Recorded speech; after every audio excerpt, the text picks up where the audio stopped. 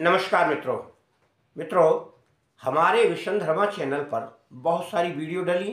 अनेक विषय पर हमने विस्तार से बताया है।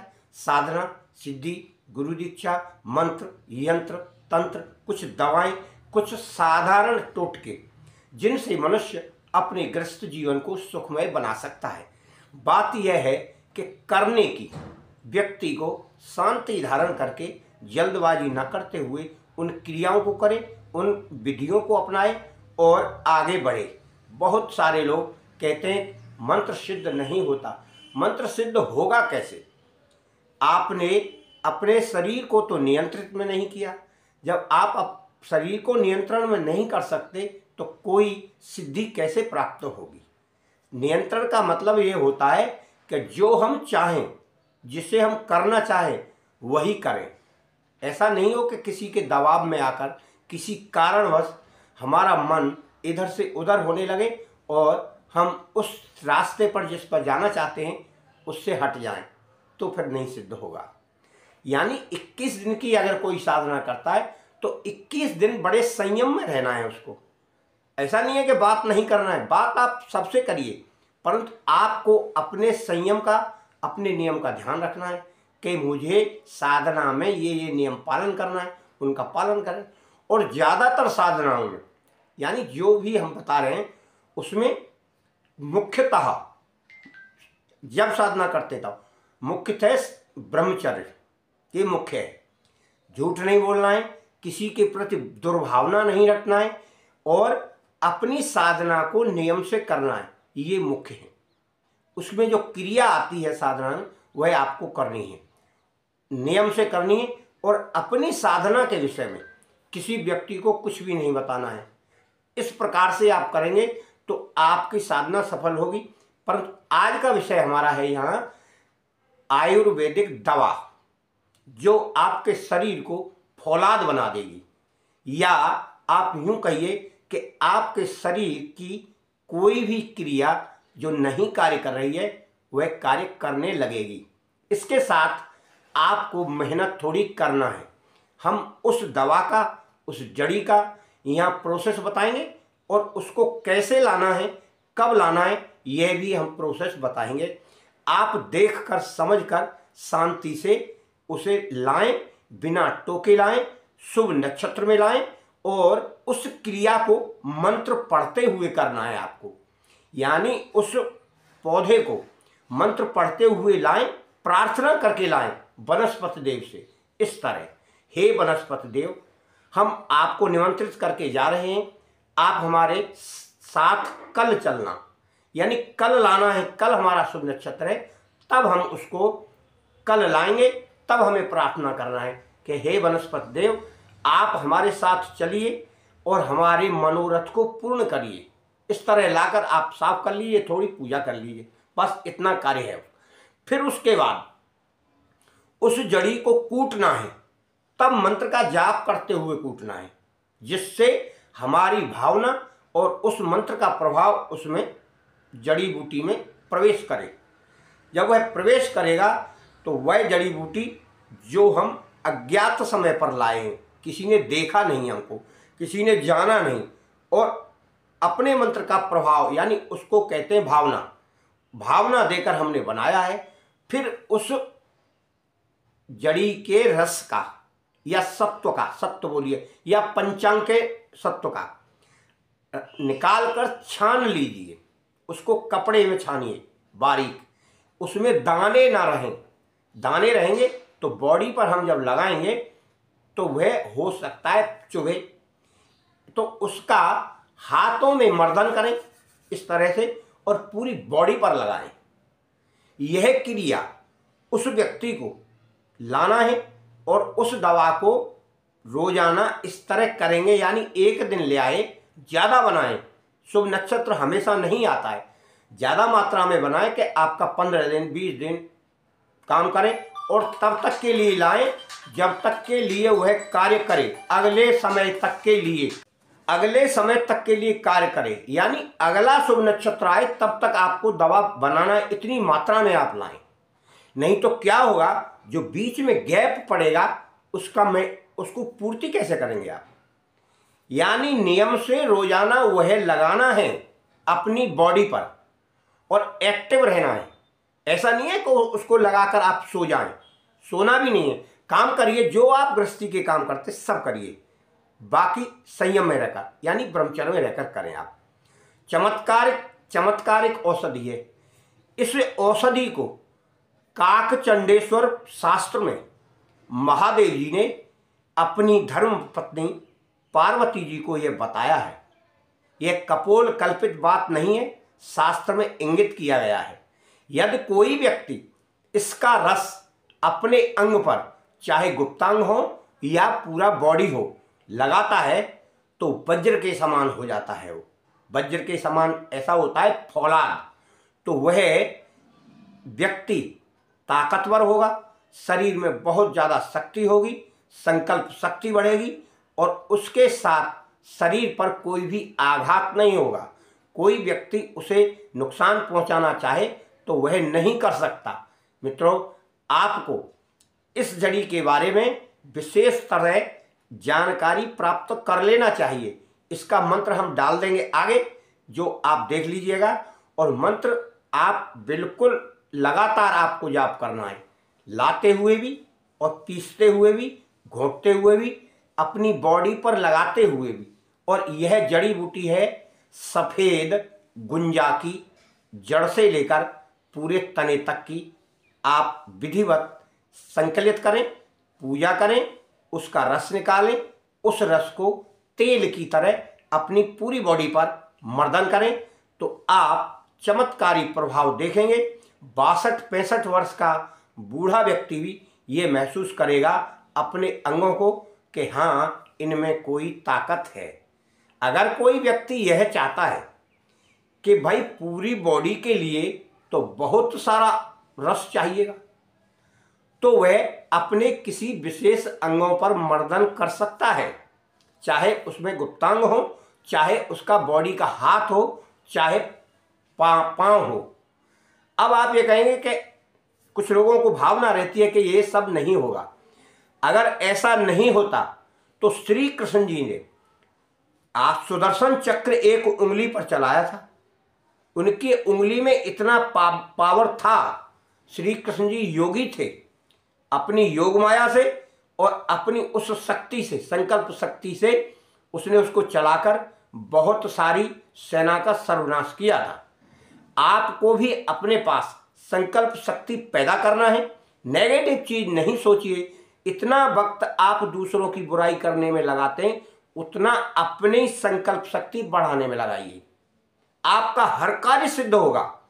दवा हो, मंत्र हो, कार्य हो, हेल्थ हो, कुछ भी हो। आज हम आपको इस विषय की जानकारी देते हैं कि आधा कार्य अपनी गृहस्थी का और अपने उपयोगी वस्तुओं का आपकी शक्ति से हो जाता है। आपकी स्वयं की शक्ति होती है और उसे प्राप्त करने का तरीका हम सिखाते हैं अपने गुरु मंत्र के बाद।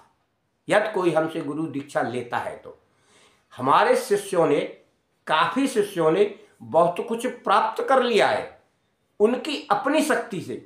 हम किसी को कुछ नहीं देते, जो कुछ देते हैं हमें हमारे गुरुजी और हमारी माताजी प्रदान करती हैं, वही चीज़ हम उनको बताते हैं। हम अपनी शक्ति से, अपने मंत्रों से किसी का कुछ नहीं करते कि आप ये कर लो या हम आपको ये दे देते हैं। अचानक हम अपनी शक्ति को बचा कर रखते हैं, अचानक अनायास कोई ज़रूरत पड़ती तब प्रयोग करते हैं।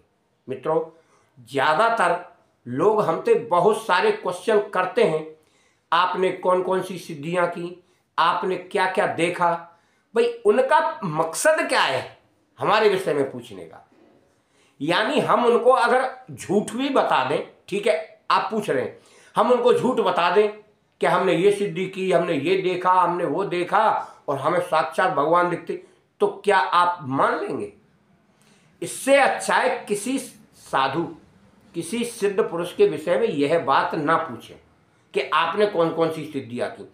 आप तो उनका बताया हुआ मार्ग देखें और उस मार्ग में आपको कुछ प्राप्त हो रहा है, इससे न लगा दीजिए कि इसने कुछ किया होगा। जो व्यक्ति आपको करा रहा है, रात्रि में बैठकर 12-1 बजे तक आपकी खोज खबर ले रहा है, पूछ रहा है आपसे। इसका मतलब कुछ ना कुछ ज्ञान उसने उससे प्राप्त किया है, उस सिद्धि से, उस मंत्र से, उस विधि से। यह सबसे बड़ी शक्ति है कि जो व्यक्ति आपके साथ कार्य कर रहा है, इतना कार्य संभालने के बाद भी व्यक्ति 12 बजे सो रहा है, साधक के साथ बात कर रहा है। जब साधक साधना में बैठता है रात्रि में, तब से लेकर और जब वो उठ जाता है तब तक उसकी खोज खबर रखता है, तो वह गुरु, वह सिखाने वाला मार्गदर्शक कैसा होगा, आप सोचिए। मित्रों, मेरे पास कमेंट भी बहुत आते हैं, फोन भी बहुत आते हैं। अधिकांश लोग बातचीत करते हैं, अपनी समस्या बताते हैं, उसके बाद भूल जाते हैं, फिर हमारे बारे में जानकारी प्राप्त करना चाहते हो। हम ये कह रहे हैं, हमारे विषय में जानकारी प्राप्त करने से आपको कुछ प्राप्त नहीं होगा। प्राप्त होगा तो आप जब करेंगे अपने शरीर से, तभी प्राप्त होगा, और ना हम आपको कोई पोटली बना के दे देंगे।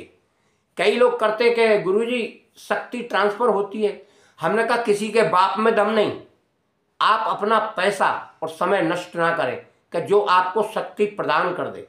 शक्ति प्रदान करने वाला होता है, शक्ति प्रदान कर सकता है, वो बहुत बड़ा संत होता है। वो गृहस्थ में नहीं रहता, आपको ढूंढे नहीं मिलेगा, मोबाइल की वीडियो पे नहीं मिलेगा। वो इन सब चीज़ों से दूर रहते हैं, केवल साधना में रत रहते हैं वो, और अज्ञात स्थान पर ज़्यादा रहते हैं। जिनके स्वरूप का वर्णन किया जाए तो हो सकता है आप यकीन नहीं करेंगे। वो साक्षात ईश्वर होते हैं। ईश्वर में उनमें कोई फर्क नहीं रहता। अपने शरीर को विलय कर लेते हैं शक्ति में, सूर्य में, चंद्र में, पृथ्वी में, हर तत्व में, 5 तत्वों में प्रवेश कर जाते हैं। कैसे करते हैं? केवल ध्यान शक्ति से, ध्यान के मार्ग द्वारा वह अंतरिक्ष में जाकर उस वस्तु में, उस तत्व में विलीन हो जाते हैं और उसका ज्ञान प्राप्त करके अपनी शारीरिक शक्ति में समाहित कर लेते हैं। उसमें इसमें कोई फर्क नहीं रहता है। तो वह सिद्ध है, वह सब कुछ करने की सामर्थ्य रखता है। ऐसा व्यक्ति कुछ भी बोलकर, कुछ भी बोले, कुछ भी बोलकर आपके सर पे हाथ रखे, आपके आज्ञा चक्र पे हाथ रखे और कह दे कि जाइए, आपको यह शक्ति मैंने प्राप्त की या यह सिद्धि मैंने आपको दी, आपको तुरंत वह शक्ति प्राप्त हो जाएगी। उसके स्पर्श मात्र से वह क्रिया कार्य करने लगती है, क्योंकि उसके पास इच्छा शक्ति बहुत प्रबल होती है। आप भी इन सब बातों में न पड़ के कुछ क्रिया योग करें, कुछ ध्यान योग करें, कुछ मंत्र योग करें और कुछ करें वनस्पतियों का प्रयोग, तब आपको कुछ प्राप्त होगा। फिजूल की बातें बहुत करते हैं, समझते नहीं हैं। क्यों? कि हमारे दिमाग में एक लालच चलता रहता है, अरे मुझे फ्री में मिल जाए, मुझे कुछ करना ना पड़े, बाबा जी आप कर दीजिए। बहुत सारे लोग हमसे वशीकरण करवाते हैं और इस वशीकरण के नाम पर बहुत लोगों को ठगा भी जाता है। पैसा ले लेते हैं, उन्हें कुछ भी नहीं देते हैं, ना कुछ उनको बताते हैं, फ़ोन बंद कर लेते हैं। ये शिकायत हमें लोग कर रहे थे। हमने कहा हमारे चैनल पर ऐसा कोई कार्य नहीं होता है। आपको कराना है करवा लीजिए, मेहनताना आपको देना पड़ेगा। जब आप उनको दे रहे हैं, ठग कर हम बता देते हैं कि आप ठगे गए हैं, कि हाँ गुरुजी ठगे गए, तो भाई ये तो आपने दिया पैसा, उसने आपकी जेब से थोड़ी निकाला है। मित्रों, कार्य करें, सोच समझ कर करें, अपनी संकल्प शक्ति से वो कोई भी कार्य करवाना है करवाइए। आप यदि दूसरे से करवाएंगे कोई कार्य, वह सफल नहीं होगा। आपको खुद को कुछ ना कुछ करना है। हम वही बताते हैं कि भाई आप कुछ कर सकते हैं, तरीका हम बताएंगे, आप कुछ करिए, कुछ हम करेंगे, कुछ आप करिए। अगर आप ये कहते हैं कि पूरा आप कर दीजिए, तो नहीं होगा। वो बोलते हैं कि महाराज जी क्यों, और लोग तो करते हैं 2 घंटे में, 4 घंटे में, हमने तो करवा लीजिए। एक बात तो यह है। दूसरी बात यह है कि यदि खाना मैं खाऊंगा तो मेरे पेट में जाएगा कि आपके पेट में जाएगा। अगर आप किसी का वशीकरण करवा रहे हैं, जिसका मंत्र जाप मैं कर रहा हूं, तो जो व्यक्ति वशीकृत होगा वो मेरे प्रति होगा कि आपके प्रति? क्यों? कि मंत्र की शक्ति तो मेरे द्वारा जा रही है ना, तो मेरे मंत्र का उच्चारण उस व्यक्ति तक पहुंचेगा, तो उस व्यक्ति की जो इच्छा शक्ति है, मनोवृत्ति है, वो मेरी तरफ लिंक होगी, उसकी धारा मेरी तरफ आएगी, बहेगी। बिजली के करंट जैसा सिस्टम है जो छोटे छोटे अणुओं में जाता है। बिजली भी एक तरह की शक्ति है और ये हमारी इच्छा शक्ति भी एक शक्ति है जो बराबर चलती रहती है। आपको दिखाई ना दे यह अलग बात है, परंतु मित्रों लोग भ्रम में रहकर अरे गुरुजी हम कर नहीं सकते। भाई जब आपने यह कह दिया तो होगा कैसे? कई लोग बोलते हैं पत्नी चली गई, बात नहीं करती है, वो तो हम उनसे कैसे बात करें, वो आएगी नहीं। हम कहा जब आप सोचे बैठे हो आएगी नहीं तो क्यों आएगी? आपके पास नेगेटिव शक्ति बहुत होगी। गुरुजी 12 महीना हो गए, 5 साल हो गई। भाई 5 साल तक तुम बैठे क्यों हो? आपने कभी अपनी पत्नी से यह पूछा कि भाई आप मेरे साथ क्यों नहीं रहना चाहते? आपने पूछने की क्या चला है? आपने तो शाम को एक बोतल दारू लगाई और सो गए, वरना का ऐसी तैसी में जाए। जब दिन निकला, लोगों की पत्नियों को देखा, घर गृहस्थी को देखा, तो आप गुरुजी के पास फोन लगा दिया 7 बजे 6 बजे, जबकि हम 10 बजे बात नहीं करते। 10 बजे तक हमें कोई फोन ना करे। मित्रों जब हम 12 बजे तक फोन अटेंड करते हैं रात्रि में तो हमको कितनी तकलीफ होती है। हम अपने लोगों से भी बात नहीं कर पाते। 4 फोन आ जाते, 10 बार फोन कटता है, बताइए। फिर मजबूरी में हमें बात करना होती है। इसलिए कृपया 10 बजे के बाद हमें कोई फोन ना करे, यह हमारी आपसे करबद्ध प्रार्थना है। आपके पास दिन में समय, दिन में आप अपना कार्य करते हैं, लोगों से डरते हैं, क्योंकि आप ऐसी बातें पूछते हैं हमसे कि आपको डर लगने लगता है कोई सुन ना ले। अरे भाई आप अपनी बात भी नहीं पूछ सकते तो जीवन में क्या कर सकते हैं? आपकी समस्या हल कैसे होगी? मित्रों हम आपसे माफ़ी मांगते हैं अगर आपके प्रति हमने कोई गलत शब्दों का प्रयोग कर दिया हो तो आप हमें क्षमा करिएगा। हमारी वीडियो देखिएगा और जो आपकी इच्छा हो, जैसा कमेंट करना हो वैसा करिए। आपका परिवार सुखी रहे। मैं परमपिता परमेश्वर, माता गायत्री, गुरुदेव से प्रार्थना यही करूँगा, आप हमेशा सुखी रहें। धन्यवाद।